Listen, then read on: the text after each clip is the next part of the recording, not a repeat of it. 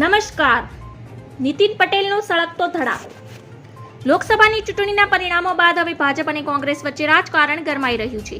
રાહુલ ગાંધીએ તાજેતરમાં ગુજરાતમાં કોંગ્રેસમાં રેસના ઘોડાને લગ્નના ઘોડાને લઈને નિવેદન આપ્યું હતું, જેનો આજે પૂર્વ નાયબ મુખ્યમંત્રી નીતિન પટેલે જવાબ આપ્યો હતો. ત્યારે હવે કોંગ્રેસ નીતિન પટેલને વળતો જવાબ આપ્યો છે. નીતિન પટેલ ફરી રાજકીય ફટકાબાજી કરી છે. મહેસાણામાં એક કાર્યક્રમમાં નીતિન પટેલનો આગવો અંદાજ જોવા મળ્યો, જેમાં તેમણે રાહુલ ગાંધીના પક્ષમાં બે પ્રકારના ઘોડા હોય છે તે નિવેદન પર કટાક્ષ કર્યો.